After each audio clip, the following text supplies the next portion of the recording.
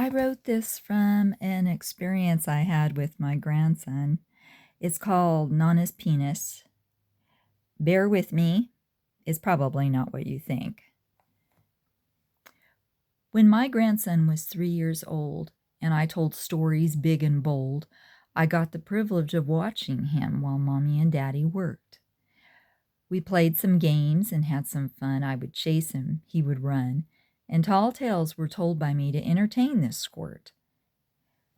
"If white cows give us milk that's plain," my grandson asked as if in pain, "and black cows give us chocolate milk that I so love, then what do white cows with big brown spots or black cows with colored dots give us to pour into our cups after giving thanks to God above?" I pursed my lips and squinted my eyes, formulating how to spin some lies or stretch the truth to exercise this boy's imagination. "Cows that are part one color and in other areas are part another give us half and half," I spouted without hesitation. "Cows that are rich give us cream," I said out flat. "Cows that are poor give us skim milk or non-fat. And that's how you tell those closed-mouthed cows' valuation." He always accepted my wild lies galore. That ended the questions till he came up with more. And I thought myself pretty clever, things never went south. Until one day, when he was focused on me, I hardly realized what was happening as my foot took one step too many and ended up in my mouth. "Nonna, why is your hair turning gray?" "I had my head in the clouds the other day, and the gray from the clouds just seemed to rub off on my hair." "Why's the back of your pants so squishy and big it sticks out more than Mom or Dad's ever did?" And I explained I carried excess baggage for long trips in there. He nodded and said he had to go pee, asking I come watch his accuracy, to which vocalized pride turned out to be taboo.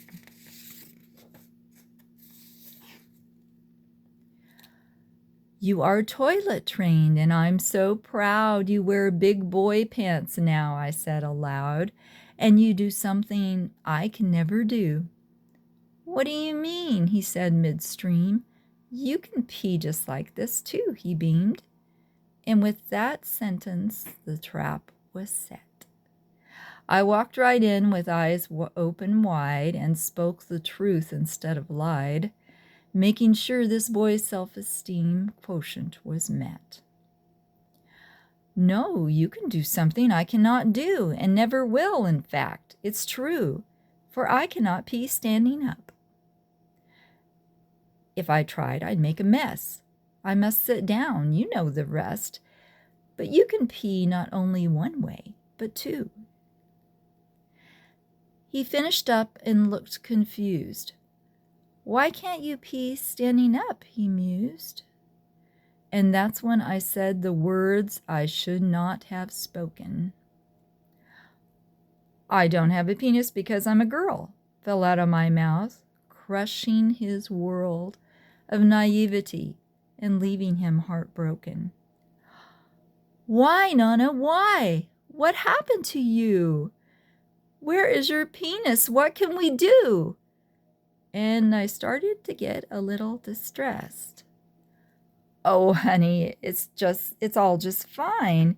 You have your way to pee and I have mine. Boys and girls have different parts," I confessed. "Let's get out of the bathroom and out of the hall. Let's play with your toys or go out and play ball."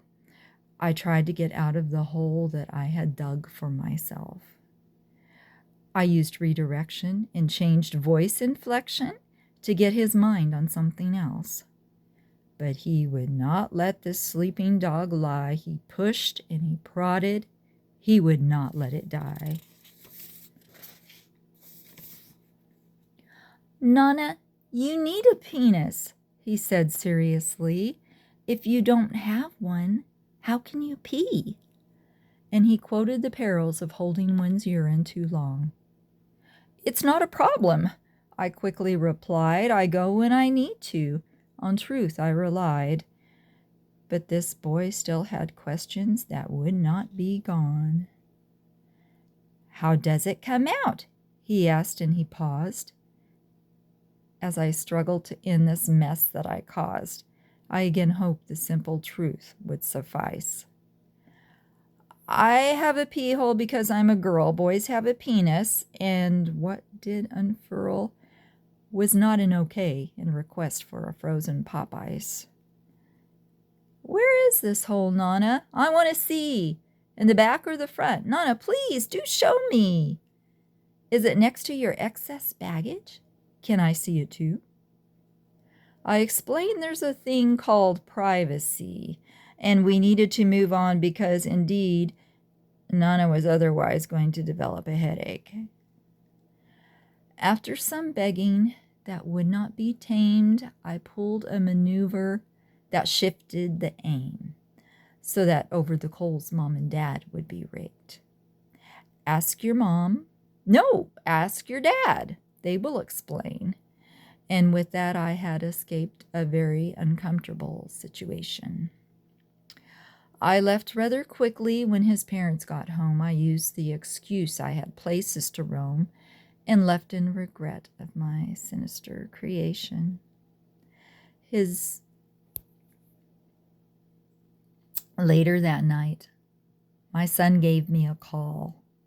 I nervously answered and said, "Hey, y'all, what's up? How is everyone?" His voice was calm, his manner chill.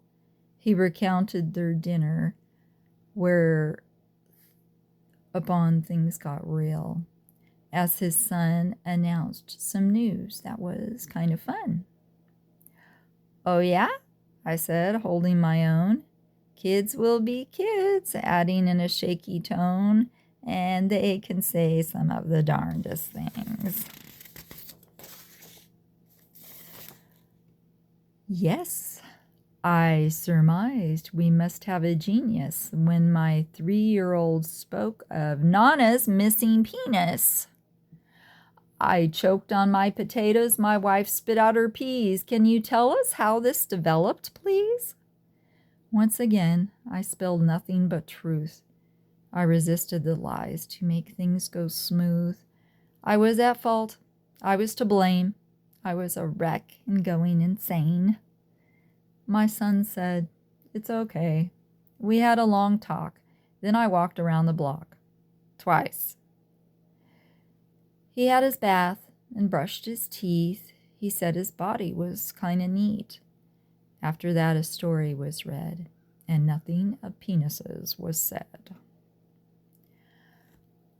I guess the moral of this tale is double. Lies are wise. The truth is far more trouble.